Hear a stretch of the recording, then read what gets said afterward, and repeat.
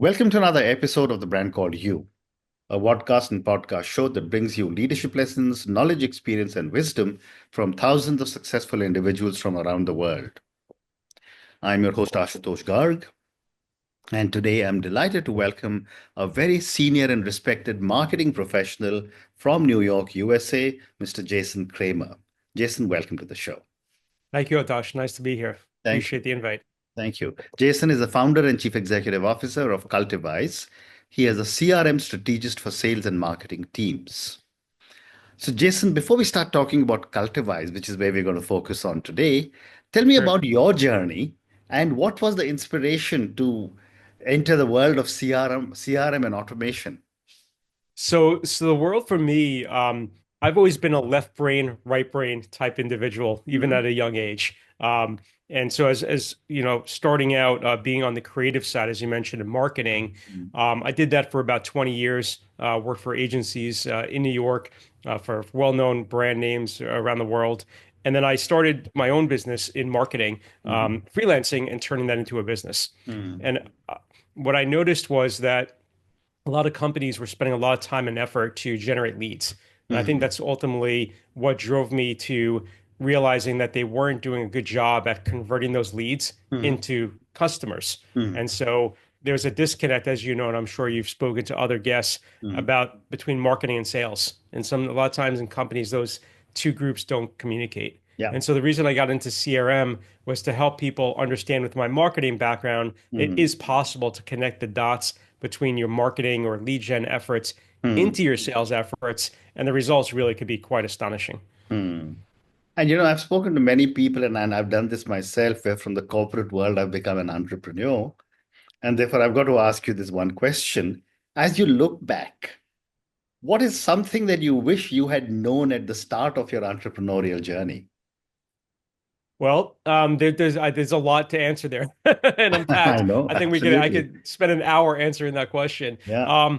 I think the big things are, I started my first company in my early 20s. Not that I was arrogant, but I thought I'd be able to figure things out, which I did. But I Mm, didn't realize until about 3 years into my first company mm, the power of bringing in other people to help me. So business consultants, mm, sales trainers, people to teach me skills that I thought I had, but I didn't really weren't at the stage of perfecting. And mm. so I think that's one thing that I wish I would have known earlier on. I think the other thing too, which a lot of companies and entrepreneurs don't really understand, maybe perhaps is tax planning and the Yeah. role of having a really good accountant Mm, helping you with your business as you start off. mm. I went through, I'm on my third accountant in 20 years.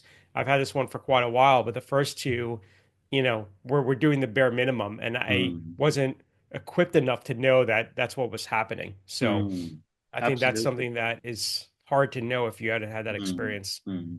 And you've picked up one of the most important things that people need to learn, which is money and accounting. Yeah. So Jason, let's now talk about Cultivize. What does the name Cultivize mean to you, and how does it reflect your company's mission? Absolutely. Thank you. That's a great question. So, cultivize is a made-up word, of course, Mm, but what it stands for is bridging together two philosophies that I believe are really what drive us and the work we do, and that's mm, to cultivate relationships mm, for our clients with their potential customers, and mm. to seize the opportunities, and having the right signals and the right technology in place to know when the opportunities are ready to be seized. Right, right. And based on all the work that you do with so many different businesses, what in your view are some of the biggest mistakes you see businesses make when choosing a particular CRM? Yeah, well, there's about 20 of them. In fact, I have a guide on my website, which we'll talk about at the end of the show, and we'll give that Mm, link, mm, which is what to look for in a CRM. So we call it the Ultimate CRM Research Guide. mhm, We also do a CRM fit assessment to help companies understand what are their needs. But these are mm, the three primary, I think, that are most important. The first, mm, people focus on features and benefits of a tool, the mm, shiny object. This looks really cool. Somebody I know is using it, and they jump into software without first identifying what are the goals for my business? Yeah. What are my current challenges? Who in Mm, my team is going to use this piece of software? mm, What are my core needs? And so if you don't identify those things and you start using a piece of software, it may be cool and do cool things, but it may not mm, actually be a fit for what you need. I mm, think the second thing that people often overlook is who's going to help me use this software. mm, Harvard Business Review did a study, and it showed that over 70% of companies will fail at mm. implementing their own CRM platform for their business Yeah. because they don't understand the nuances of it. They don't understand how to apply that technology to what they need to do and how to customize it. Mm, So support is really critical. And what we find is that the lower the cost of the application and software, mhm, the worse the support typically is, mm, right? And so, there are companies like Zoho, for example, which could be a great product. I'm not saying bad, but their support is reportedly really, really terrible. And mhm. so, when you're looking at a new piece of software, you want to ask, what kind of support do you offer? Yeah. Can I get on the phone with somebody? Can I get on a Zoom call? Am I going to be able to talk to anybody? If I have to submit a ticket, what is the typical turnaround time? Mm, A lot of people don't ask those questions. And then mm, I think the third big thing, Achush, is the scalability. A lot of times companies are saying, well, I can't really afford, HubSpot, or I can't afford this. So I'm going to go with, something Monday.com or go high level, and it's going to serve my purposes now. But what you don't realize is the cost and time and sometimes complexity to move into another piece of software. So mhm. you really should think about how long are you going to be able to use that software for? Yeah. And is it going to be able to last me for the next 3 to 5 years? Or is this something I'm only going to use for, a year, and then I'm going to have to move off of it because I'm bringing on three new salespeople and this Mm, system only supports one person. yeah. Yeah. So these are the things that I would say are the three most important things to Amazing. consider. You also have a three-phase approach, which is evaluate, optimize, and sustain. Tell me more Yes. about this, and if possible, give me an example. Sure. So, like anything in life, Mhm. it's very difficult to build something and it's going to just be perfect and last forever. Yeah. Think of the analogy of a home, right? We all Mm, live in a home or an apartment. How many times do we repaint it? Do we upgrade things? Do we change things, right? And it can be little things, it could be big things. And the CRM is no different. We mm, can't build something today and expect that what we've built is going to be good for even a year or 2 years mm, because the industry might change, the team might change, the needs mm, might change. What we set up, for example, the email campaigns may be working for a while, but then the engagement rates go down. So we always want to be monitoring how everything is working at a mhm. minimum on a monthly basis. And if you're not doing that, you should be doing that. Yeah. And I think a good sort of way that people can put a framework around this, Ashush, is to think about their monthly email newsletter. Lots of Mm, businesses send out a monthly newsletter. How mm, many are actually evaluating the performance of that newsletter? mm, And I'm not talking about just open rates and click rates. I'm talking about what's the end result. Did you mm. get new customers? Are you driving traffic to your website? Are Yeah. people downloading stuff, from your website? Is Mm, it actually having a positive reaction? Or is it just set up in a cycle to just send it out? mm, And so mm, the way that we do this is we work hand by hand and side by side and coach our clients. We mm, coach their sales teams, we coach their marketing teams on a monthly basis mhm. to evaluate these things, to ask questions, to make Right. sure that what we've set out to do is actually achieving the goals that they have for themselves. Mm. Great response. Jason, your tagline is all about simplifying the complex. Yes. How do you ensure this philosophy runs through every project that you take up? Well, at the end of the day, we have to break everything down into simple steps. Correct. So when we think about even something as simple as the phone rings, somebody comes to your website, fills out a form, you meet Mm, them at a trade show or at an event. What's the second thing that happens after you meet them, after you speak to them? Is it gathering more information? Is it setting up a second meeting? Is it sending out a quote?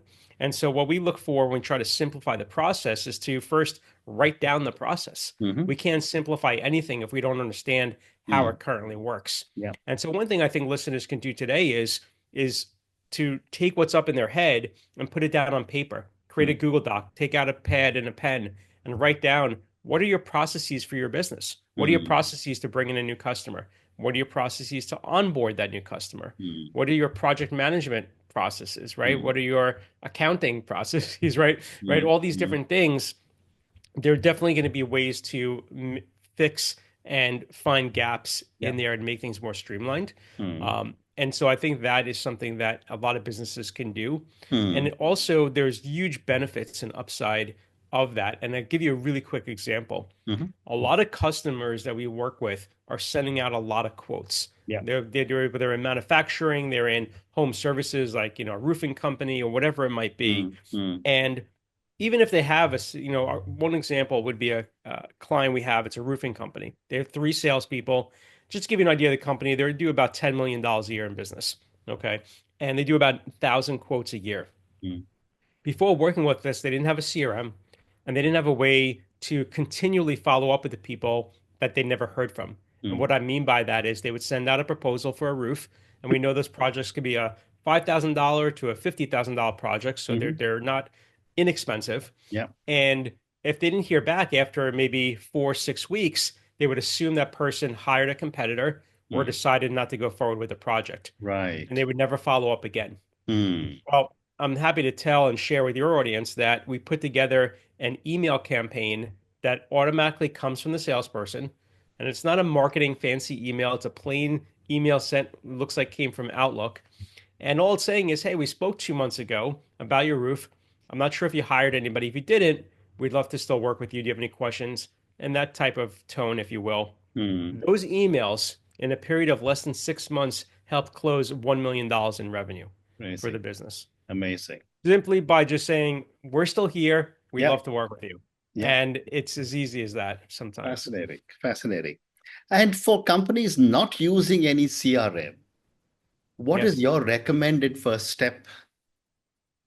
So the recommended first step is to get in the behavior. Mm, And what I mean by that is, you know, anything that you do in life, whether it be learning to ride a bicycle when you're young, whether it be going to the gym and you're not someone that's a fitness person, but you're trying to get in the habit, you mm, got to change your habits mm, before you could even think about getting into the world of being more organized, in my opinion, with something like a CRM. mhm, We actually created earlier this year the what we call the Profit Path tool. mm, The mm, Profit Path tool is a series of interconnected Google spreadsheets mhm, that is what do we call the anti-CRM. mhm, And mhm, it's a way to put in all of the people you're meeting in your business, put mm, in all the sales opportunities, and it automatically will gather all the data for you mhm, and let you know how much projected revenue is coming in, what marketing is working, how much it's costing you to generate a lead, for example, your mhm, profitability.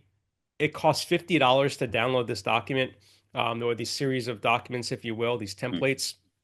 It's also going to be available on the link that we'll share at the end of this interview. Yeah. But that's where I would start. Start with something simple. If Mm, you're not ready for a CRM, if you don't have CRM experience, mhm, there's certainly lots of tools out there. Pipedrive is another great product, which is more of an application web-based tool.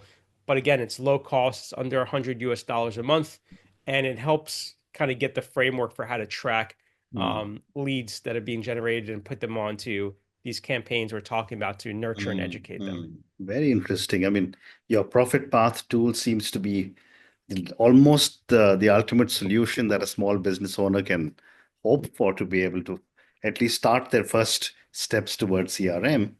My next question for you is that in your experience, what kind of a mindset shift do you need at the leadership level for a CRM to be successful? Oh, another great question. You have amazing questions today. I love it. Thank you. Um, Thank you. so it's important to first recognize that there is a problem. I think that you have to put ego aside Yeah. and recognize its inefficiencies. Mm, Um, I use a lot of analogies when I do these interviews because it helps people visualize what I'm trying to get across. yeah. And so what I mean by giving tools to your team is if I hired a company to build me a house Mm, and I bought all the material, mm, but the only thing I gave them was just one hammer and a box of nails, mhm. it would be very difficult for them to complete the job. And Sure. I think a lot of managers, not a lot, but I think there's certainly managers out there and owners of businesses that hire people, especially salespeople, and expect the fact that, okay, their title is sales, They know how to sell. I'm mm, not going to give them any training. I'm not going to give them any tools, any resources. mm, I just expect them to perform. And mm. I think that's a huge misstep in Yeah. terms of just a managerial um, type of approach. And so once they recognize that what they're doing isn't the best possible thing they can be doing for themselves and for the company and for their Mm, team, mm, then the door opens up to a conversation. mm, So I think for them, it's recognizing, and I think that's really honestly the first step. Okay, we need to bring somebody in, whether it be a sales trainer, whether it be somebody like Jason to help with technology. We need to bring people in to help fix this issue we have. mm. If they're not willing to recognize that there's a problem, Yeah, it's never going to be something absolutely. that anybody can solve. Great response. Jason, Cultivize works closely with internal teams. How Mhm. do you align your solutions with the client's culture and existing workflows? Oh, so that is actually really a byproduct of us really rolling up our sleeves, to use a Mhm. metaphor, and becoming an extension of their team. Right. To use another analogy, and I just love them, so I can't help myself. Mhm, Um, mhm. think about when we were young and we were learning to ride a bicycle, right? And you have training wheels, but even with the training wheels and before the training wheels, when you're trying to do it on your own, Yeah. your parent is holding the seat for you, right? And running behind you. I think of ourselves as that guidance where we're holding on to the seat and Mm, making sure that the teams that we work with and the customers are comfortable in what they're doing and need to be doing mm, with the strategy and the technology we're bringing to them. mm, And then we let go, but we only let go when we know that there's consistency in their behavior. And mm, until they're ready, we could talk to them every week. We could have meetings, we could have monthly meetings, whatever it takes. We're committed to make sure that we're going to give them the best possible mindset and behavior approach to mm, get the results that they're individually looking for, their own goals, but mm, also for the goals of the company. mm. Well said. Can you tell us about your white label CRM solution for agencies? And how does this model work? And how is it different from what Cultivize is offering?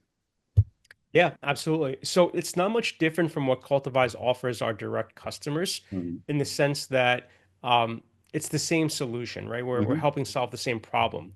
But what's unique about, we find about specifically digital agencies that are doing paid advertising, whether it be on social or Google, et cetera, for their mm, clients, they often don't get involved in the lead nurturing. And so what I mean by that is a lot of agencies, to use another metaphor, think mm, of the game of baseball. They're saying, okay, we're going to throw you as many pitches as we can, mhm. which are the leads, but it's your responsibility to hit the ball. It's your responsibility to engage with that lead and to close that lead. We're not going to get involved at all. Yeah. And so what also happens with that dynamic, the customer, right, that's working with the agency doesn't typically track what's Mm, happening with the leads. So the agency is saying, well, we gave you 50 leads from Facebook this week, or we drove mm, 100 people to your webinar, mm, and we're doing our job. We're doing everything right. But mm. the agency, sorry, the client is saying, well, we don't see any increase in revenue. We don't see any impact of what you're doing. Yeah. You say you're doing these things, but we don't see it. And what Mm, happens is that they wind up firing the agency, blaming the agency for poor quality leads. mm, And the reality is that it could have been problems they had internally. So the mm, way that we fix this, and it solves two problems and benefits both the agency and the client, we come in as a white label partner to the agency. And mhm, now when the agency is out there pitching their clients, mm. their differentiator is to say, not only can we help you generate leads, we have a partner or we have an internal team if they want a white label Mm, that could help you nurture and convert these leads into customers. And mm. not only that, we can track which of our marketing is actually driving quality leads Yep. that are leading the sales team to close those opportunities and which Mm. ones aren't. So we can give our team here Correct. at the agency information to say, okay, we need to refine this Facebook campaign or this other Google Mm, campaign. mm, The other thing we do, and that's how we help the clients, right? Ultimately, is close deals. But the mm, benefit to the agency is we do a rev share program. So for whatever the agency brings to us, we'll give money back in perpetuity to the agency. So mhm, now it becomes an additional revenue stream, which every agency loves, right? Because mm. every agency is trying to have steady cash flow, and that's something we can help with. Fascinating. I have time for two more questions for you, Jason. My next Sure. Yeah. question is, what feedback do you receive from teams post implementation and what excites them the most? Wow. So I think the one thing that excites them the most is how easy things are. I think a lot of times there's misconceptions that CRMs are very technical, they're complicated, they're not intuitive. Think of like the Salesforces of the world, Mm. very powerful platform, very powerful technology, very, very poorly designed. Anybody will tell you that when it comes to Salesforce Yeah, yeah. and some other platforms. So the platforms we work with are intuitive, they're easy to use, they're designed for people that Mm. are not tech people, right? So it's easy to adopt it. Mm. That'd be one thing. I think the other thing is keeping an organized way of tracking all information. Mhm. We have a great tool in some of the CRMs we work with called, it's like a timeline, right? One of them we call it the life of lead. So Mm. visualize a horizontal timeline, Mm. um, like you would see in like a history textbook, but every mark on the timeline is an interaction. So it's Mm. somebody going to the website, showing you what they've looked at on the website, when a phone call is made, a link to the recording of the phone call, Mm. all the emails that that person sends you, all the emails you sent them, etc. And Mm. so now you have a historic view of the communication and Mm. dialogue between you and that person and for the entire team. Mm. All your notes are in one place. It really keeps people very well organized. And I'd say the other piece is reporting. I think having a visual dashboard saying, okay, am I hitting my goals? What do I have in my pipeline? Yeah. You know, what's the percentage of me? I have $100,000 worth of deals out there. Mm. What's the likelihood of me closing those deals? And Mm. it's tracking your close rate. So it's letting you know, am I going to hit my projections or not? Mm. Um, and I think, the biggest outcome is like, well, how did I even do my job without this tool before? Mm. And that's what I think, you find typically 6 months, a year in, once Mm. they really get in the rhythm of using the tool, Mm. then they look back and they're like, oh my God, like how did I even do my job without this? Like it's almost Mm. like seems like impossible. And Mm. and that's what we love to hear is when they see the revelation of, it's not extra work. I Yeah. think that's another misconception. Mm. It's being more productive with your time. We're not Yeah. asking anybody to do any double data entry. Mm. We're asking people just to simply use the tool to make their life more efficient. Mm. Amazing. And my last question for you, could you give us an example of how automation helped a client recover or convert leads that they may have otherwise lost? Well, I think actually I gave that story earlier with the roofing company. I think Yeah. that's like a great example. Okay. Another example too would be for that same client, they were spending about almost $100,000 US a year on advertising, Mm. and they were doing everything from TV, radio, local, um, uh, advertising opportunities, doing direct mail. Right? They had, I don't know if they have it. Where you are, I'm sure they do, but like lawn signs when you're working on a house, there's like a Mm-hmm. sign on the house, right, with the name of the company. Mm. And so they were doing all these things, but they weren't tracking effectively what was working. Right. And for a long time, I told the client for about 6 months, I said, listen, I don't think the agency you have is really bringing you anything of quality Mm. because, we're not seeing it here in the CRM. It's not reporting that you're getting any leads from these things and you're paying all this money. Mm. And they were very hesitant at first. They're like, well, they tell us it's working. They tell us it's working. I said, well, have them send us the reports. I'm happy to look at a report. And what we found was a lot of the reporting they were providing was based on impressions. And we all know in the world of marketing, impressions really means absolutely Yeah. nothing. It just Yeah. means somebody saw your ad. It doesn't mean they took any engagement. And I said, well, that doesn't matter. We want people to convert. And Mm. so I found out actually just 2 weeks ago that he fired pretty much almost every marketing partner he had because he's like, I'm busy enough, and like you were able to prove to me it wasn't actually doing anything to make my business more Mm. money. Mm. So I took your advice, and we're going to see how things go for the next 6 months, Amazing. 3 months, and if I need to turn it back on, I will. But I think that was a huge revelation for the Fascinating. owner, and it's going to potentially save him at least 50, $60,000 a year not having Amazing. that expense. Fascinating. And on that note, Jason, I just want to say what an amazing conversation this has been on CRM, on Cultivize, on your journey. I think I picked up some very interesting thoughts, some points for you on CRM, and I'm sure my viewers and listeners who are young and are probably going to be looking at CRM in their own businesses have a lot to take away from you. Thank you again, and good luck to you. Thank you so much. And if I can just add, Yes, if please. anybody wants to connect with me or download any of the resources we talked about today, they can go to afterthelead.com. That's afterthelead.com. And as you mentioned, the company is Cultivize, Cultivize. And it's really great being here. Thank you again for the Thank you. invitation. Thank you. Thank you so much. Thank you for listening to the Brand Called You videocast and podcast, a platform that brings you knowledge, experience, and wisdom of hundreds of successful individuals from around the world. Do visit our website www.tbcy.in to watch and listen to the stories of many more individuals. You can also follow us on YouTube, Facebook, Instagram, and Twitter. Just search for the Brand Called You.